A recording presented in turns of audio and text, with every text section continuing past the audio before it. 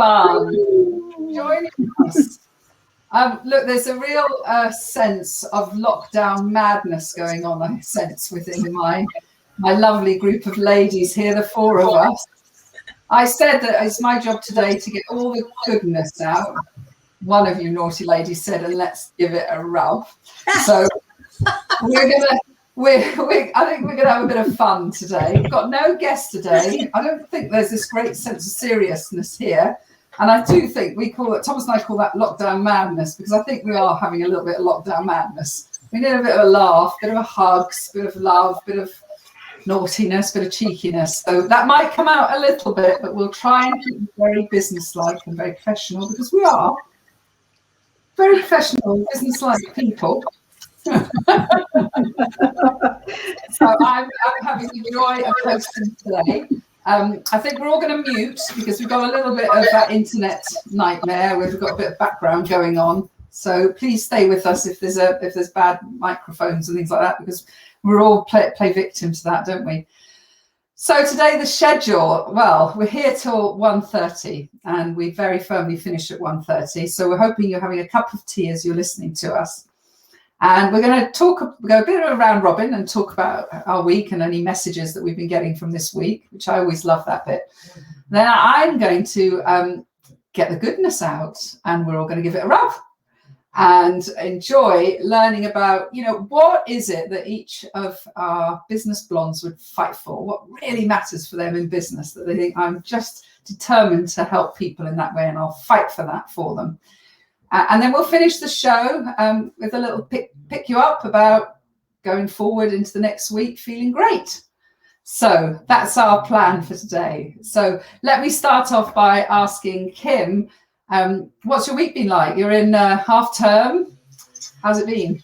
It's been lovely, actually. I mean, I'm very fortunate, and like a lot of people, because my little one is so young. She's actually doesn't have half term, so I'm still able to go to nursery. So I feel for all of those parents that are still trying to juggle. I do really feel for you, because having done a couple of weeks of self-isolation, I feel your pain, albeit I came out of mine quite quickly. But it's been a good week, actually.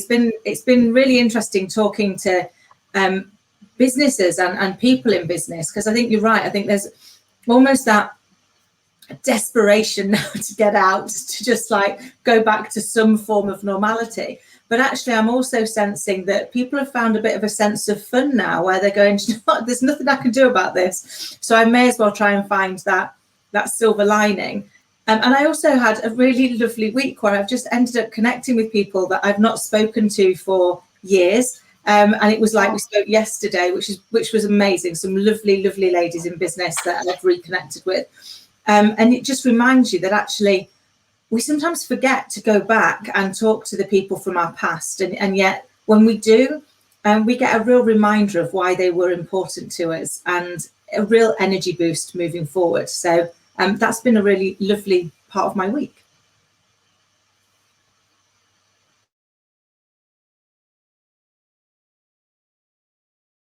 Sorry, I'm muted. I'm muted like a good girl. I know your kindness and your capacity to keep in touch with people is phenomenal, Kim. I bet they absolutely loved hearing from you. It must have been wonderful. Caroline, how about your week? How's it going? I've heard great success with your academy. I'm hearing a real buzz out there about people wanting to join your academy. It's amazing. Yes, it's been a lot of work, but I'm getting there. Thank you. Yeah, next Saturday, not this one, next one is the start of the new term.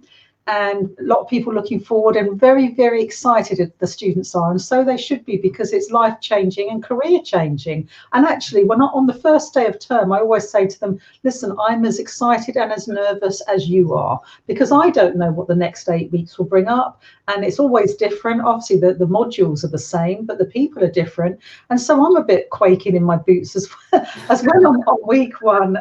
So I'm really both joyous and excited by that, and also always humbled people putting their trust in me for the academy. And I always get that slight, not imposter syndrome, like, oh, I hope I can do this for them.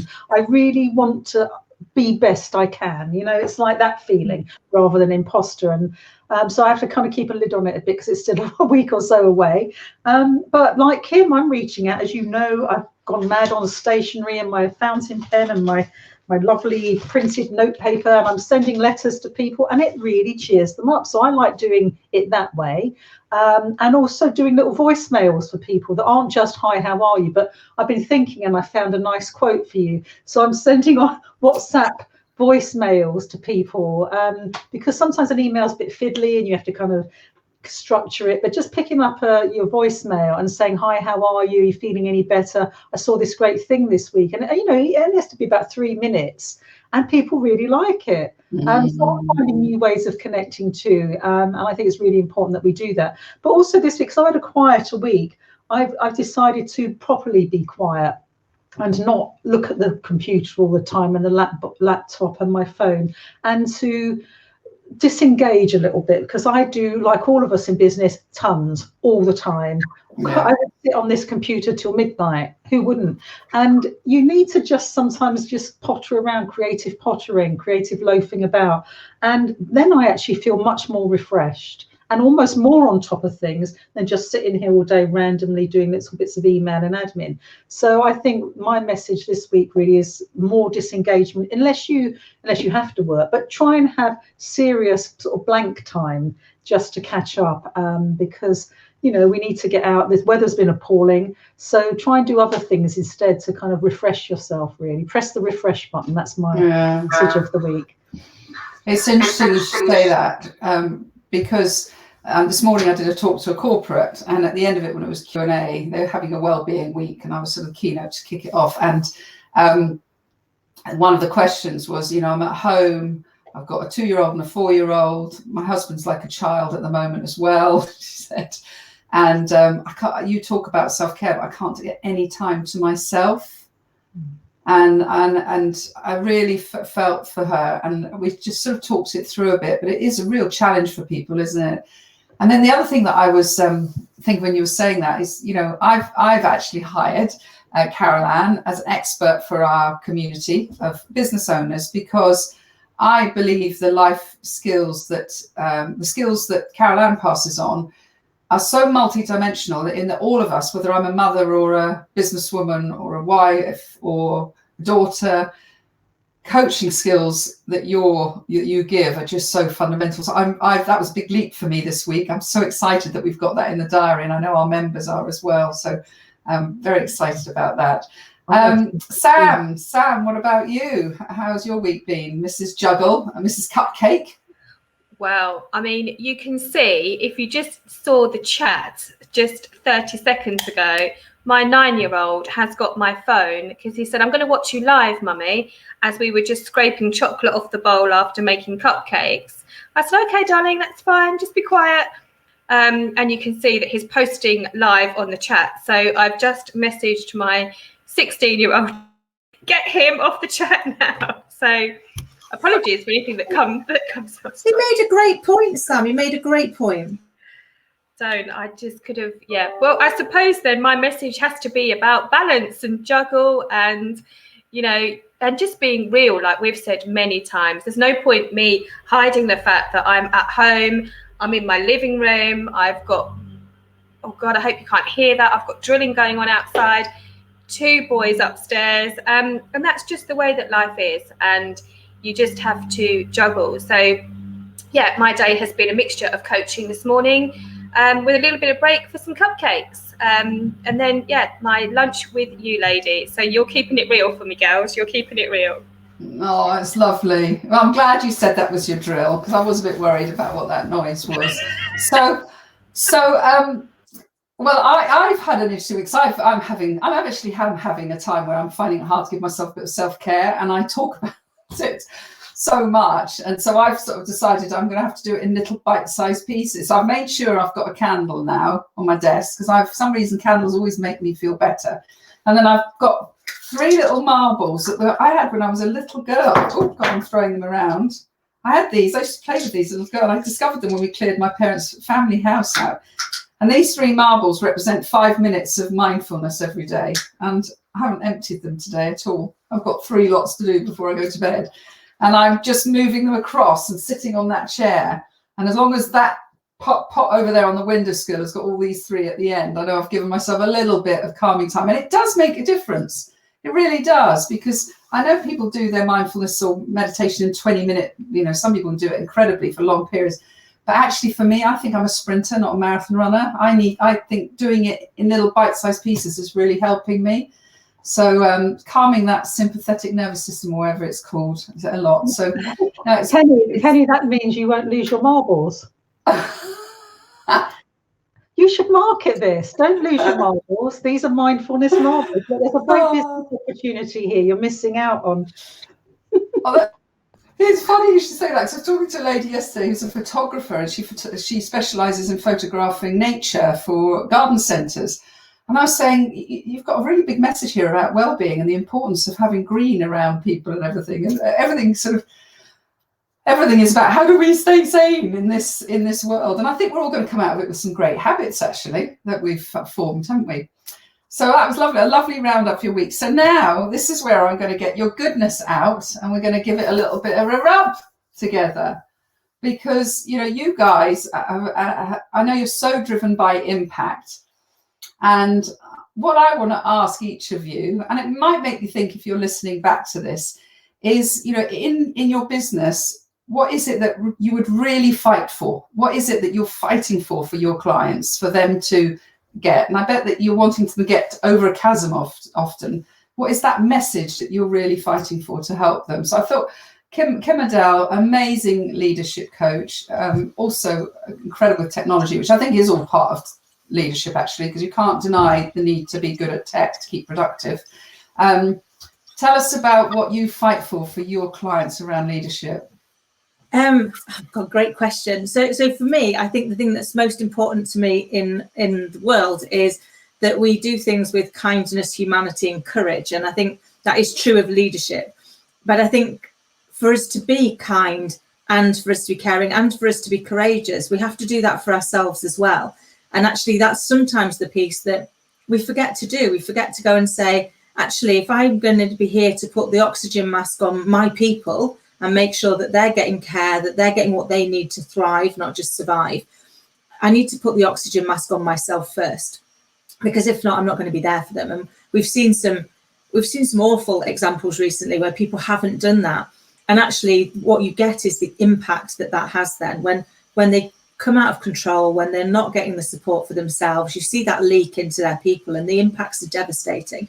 But they're devastating on the individual as well, because they are then at a point where they're on their knees and everybody else is telling them what an awful thing that they've done, and it just adds more pressure. And I think for me, they're the bits that, if I could go and fight for anybody, it would be for all people that have any form of leadership, whether that's a parent because you're trying to lead your kids, whether that's a business owner, whether that's a leader in another organization, is make sure that you take some time to treat yourself with the same kindness, humanity, and courage that you want to treat your people with. And then you really will just thrive, and you'll have a much happier life. And that's, I think, what we're all here to do. You're on mute. Keep forgetting I'm on mute. Sorry. It is a lonely old place being a leader, isn't it? It is. Yes, I was going to say, if you're not caring for yourself, very hard, isn't it? It is. And I think, in times of pressure, and we're in times of pressure right now, one of the challenges can be that therefore we do start to look at what we need. So, if we're having to downsize an organization, or we're dealing with furlough, we're thinking about bringing people back, we're worried about how our business is going to pivot and survive in whatever the challenges are, we can sometimes at that last minute start thinking, well, what is it I need? Because actually I feel under pressure. I feel like I'm not getting any support. I can't go anywhere for any support. And what happens is our language leaks out on those people. So whilst we're desperately trying to help them, we're inadvertently not helping them, because we're using words where they start to feel like they're not worthy, they're not important, we're not listening to them. So I think it's taking that time, and it can feel really selfish. I kind of liken it a little bit to when I first became a single mum, which is probably a really bizarre way to liken it to. But when my little girl first used to go to her daddy's for the day, I didn't feel I could do anything at all that was just for me, because I thought in doing so, that might make it look like I was enjoying the fact that I didn't have my child with me for the day, that I didn't want her to be around. And it reminded me a lot of what I'd been like as a leader. I'd done the same thing, which was everything I did had to be about the people. It had to be about what I was doing for them. And if I did anything for myself, it felt selfish. And you can't keep that going. You know, I tried for a lot of months and then realized that there was no recharge. There was no chance for you to be able to refill your own cup. And, you know, as the old saying goes, you can't pour from an empty cup. So I think, you know, parenting has taught me so much more about leadership than I knew, sadly, in the 25 years that I was a leader before I became a mum. So for all those people I led in those times, I'm really sorry. And I would try better for next time. But I think it teaches you what you need. You know, you do have to do that self-care. You do have to take that time. And right now, I get it's really hard. You know, people are working from home. Their partners are working from home. They've got kids. They're trying to do the curriculum. It all feels like there's no chance for you to take time for yourself. But, you know, I would really champion people doing something, even if it's finding somebody that they can pick up the phone to and just rant. You know, if you want to just be able to get it out of your head sometimes and just have somebody hold that space, it's amazing the impact that can have. Yeah, and it's, I mean, a lot of leadership is about role modeling. And if you're not looking after yourself, you're not really, I've found that in parenting, you know, since my kids have grown up, they're the ones that keep showing so much to me about, am I caring for myself? Because they worry about me. And it just shows that your children worry about you, and also your staff will, because if you're not in peak performance or looking healthy and well, it's going to worry them, and it's not good role modeling. So I think that's a really good messaging that you're giving there. I love it. Thank you. Oh, you've gone on mute, darling. Oh, keep doing it. I've got a problem with my mute. Caroline, when you're working in your academy and you're changing lives with people, not only giving them life, you know, a real insight into their own lives and self-awareness, but also you're training people through your academy to do that for others. What is that big thing that you're fighting for them? Oh, my big thing is coaching excellence. Excellence in my business, whether it's one-to-one coaching with my private practice or coaching excellence for my students. I am an absolute torchbearer for coaching to be considered a career, a professional career. In America, coaches are earning $10,000 an hour. Some coaches, they're up there with lawyers and doctors, career professionals. Over here, it's like paid for friends a little bit still. So my mission, my torch that I carry is that coaches are considered as serious game changers in life. And I want to train them to have that confidence and that sense of gravitas in what they do, and to have total belief in the coaching process, because we're in the business of changing lives, and it's very serious, and not anyone can just do it. There are special ethics and guidelines and tools that you use. And I think what I'm trying to get over for my clients and my students is this is a business. I'm as Kim said, I am role modeling, hopefully, the excellence that I want for them. So running a very good business, having good business systems in place, charging the right amount for what you do, not being embarrassed to say that you know this is what you charge, to put a good price on it. And so that my coaches, when they graduate, I had one say a week, just 4 or 5 days after graduation, she had sold a 6-hour program to a new client for £150 an hour in that. And she said, I would not have been able to have done it without the confidence that the course gave me. And I just, that's music to my ears, because that's what we need to be doing. Because, you know, I'm not going to diss any coaches, but I do go to networking events, and it's like, oh, I'm a coach. And I just think, oh, speak up, you know, really, really be proud of what you do, because we create amazing change in people's lives. And that's what I want, is coaching excellence. That's what I stand for. It's about owning it, isn't it, Caroline? It's about, you know, completely owning that. It's like I say to many clients, you've got to put that suit on, you know, metaphorically every morning, whatever role you're in, and you've got to own it. And you know, whether you're a coach or whatever you do, believe in yourself, have that confidence and clarity that you talk about all the time, which I love, and just walk in that room and own it. Walk in any room and own it, because if you believe in yourself, others will believe in you too. And if you're right, Sam, whatever business you're in, anyone who's watching this, whether in network marketing or have their own small business, If you don't believe in you and what you're doing, then the engine will fail. It all comes from your confidence and belief in what and who you are and what you are selling or the services you're providing to people. And as soon as you fail with that confidence, so will your clients fail in their confidence. So we have to model this, we have to own it, and we have to love what we do. And my number one thing is that coaches are taken seriously and are thought of as career professionals, and coaching excellence is my absolute torch-bearing, mission while I'm here. Well, it's one of the reasons I love to advocate you, because there are people that have done sort of 4-day coaching courses over a weekend.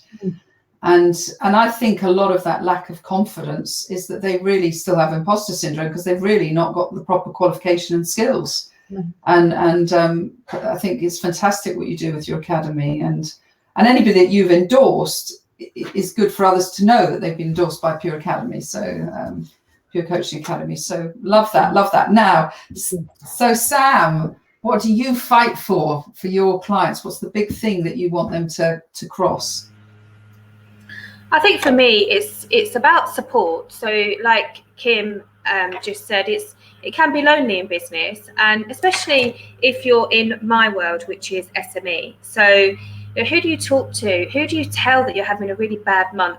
Who do you share your utmost vulnerabilities with? And you all know that I'm a champion of peer groups, and I'm heavily involved in that at the moment. But peer groups give you that space, don't they? And we've all been a peer group together, so we know this, and we've all helped each other share our vulnerabilities and really support each other through those good times as well, because it's about celebrating and recognizing when it goes good, but it's also about, actually, I need some help. I could do with a bit of a steer on this, or I could do with running this past you. So for me, it's about recognizing when you're in that space, recognizing when you've reached a plateau and you need that help and support to push you through to that next level. And we all reach that. We generally reach a plateau on a cycle every 3 to 5 years. So if you've been in business 10 years, you might have already reached 2 plateaus. And whether you recognize that or not is a different thing. But if you do recognize it, then get that support, because there is plenty of support out there, and it will 100% help you push through. It comes back down to confidence and clarity. And I think all 4 of us endorse that, and that's what we've experienced together, and that's what the support gives you. So they're my 2 things: knowing when you've reached a plateau, asking or reaching out, and getting that help that you need. Yeah, I love that. And I suppose what I'm going to say segues a lot of what you've said, because from a young age, I was really determined. I used to think about loneliness. I was quite lonely as a little girl, and when I went to school, I always looked for the person in the playground who had no one to play with. When I started doing Academy of Networking, it was very motivated by, I don't want people to be lonely. But actually recently I've been really studying, talking to people, statistically studying the impact of loneliness, of not being connected in business. And there's a massive economic impact when you have business loneliness. And, I think that's the thing that I fight for. Whether you do it by belonging to a group, as you said, Sam, but by coming into an academy like you, by being with you, Caroline, whether you do it as a leader to have somebody who's got your back like you, Kim Adele. I think, and I obviously believe in small communities for that.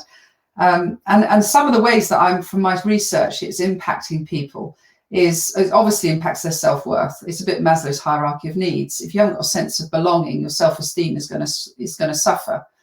But also it really impacts your ability to innovate and stay relevant and listen to the market. And that really is important, because we know that we've got to be constantly willing to change. It can make you a little bit self-indulged as well. You can lose context if you're not connected in with people about your own problems, and therefore makes you feel like you're subnormal and nobody else has any problems, and that's not good for your mental health. So I think that's what I really fight for, is that issue of business loneliness. And every month we run and analyze a study of people that have taken a health check, and it's rising.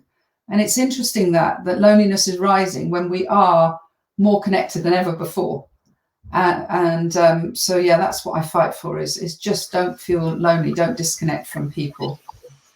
It's interesting you say that, Penny, because you're right. We are we are more connected now than we were, as in that we've got more of this ability to be able to connect through technology and through digitalization. But I think the thing people are really missing is the actual the connection that you get when you sat in the same room as somebody, when you could actually work out that if I did that, I might actually be able to touch your arm or give you a hug or say hello.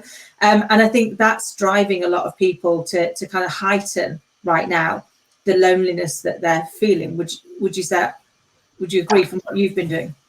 Yeah, I think that's a really good point. And I think if we rely on that touch, we're going to find it really, really hard at the moment.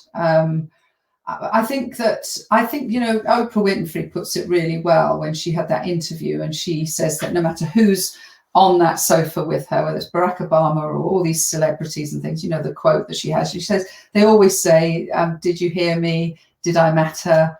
And we're really wanting validation that they are someone to someone. And, you know, we can be someone to someone at home if we're lucky, but to be someone to someone in business is really important economically. And I think you can achieve that virtually. You can't achieve it by just broadcasting through social media. You have to be in the smaller groups where people are saying, I missed you. You weren't there last week. Or, you know, how are you? I've noticed that you've not been chatting in the WhatsApp group recently or on the Facebook group. You want to know that you matter and that you're going to be missed if you're not there.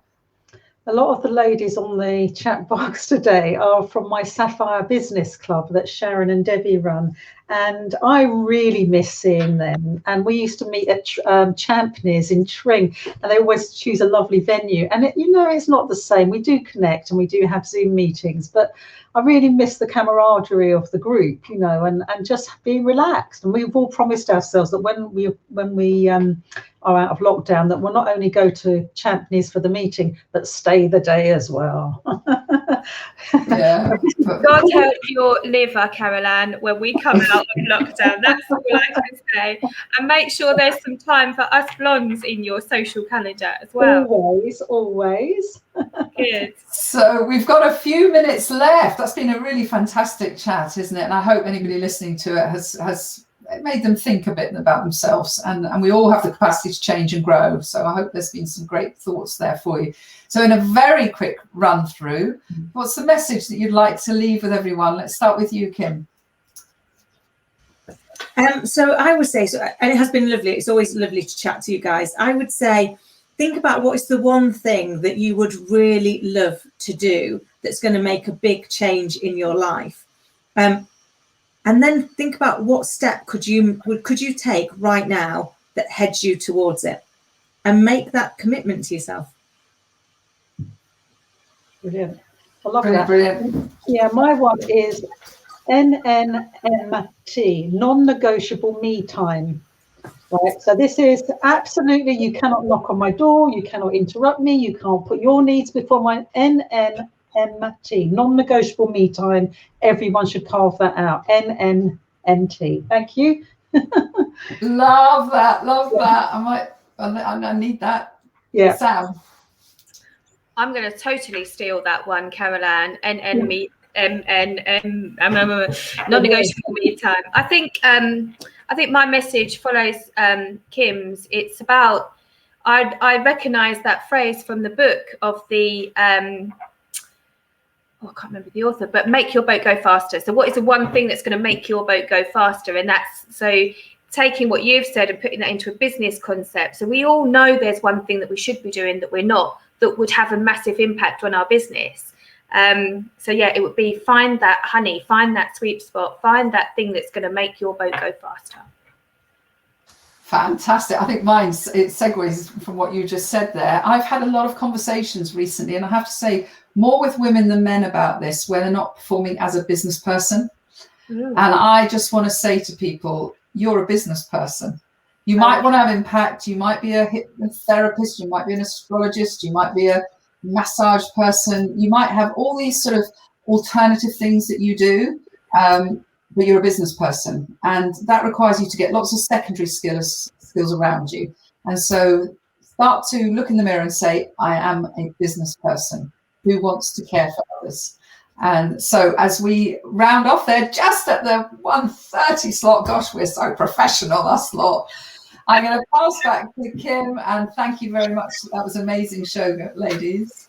Oh, fabulous. Thank you, Penny. It was an amazing show. Lovely to chat to you ladies, as always. If you would like to join us here and be in our hot seat and tell the world what you're passionate about, what you're here to solve for us, then please do get in touch at www.businessblondes.tv. In the interim, have an amazing week, everybody. Take care, stay safe, and be happy.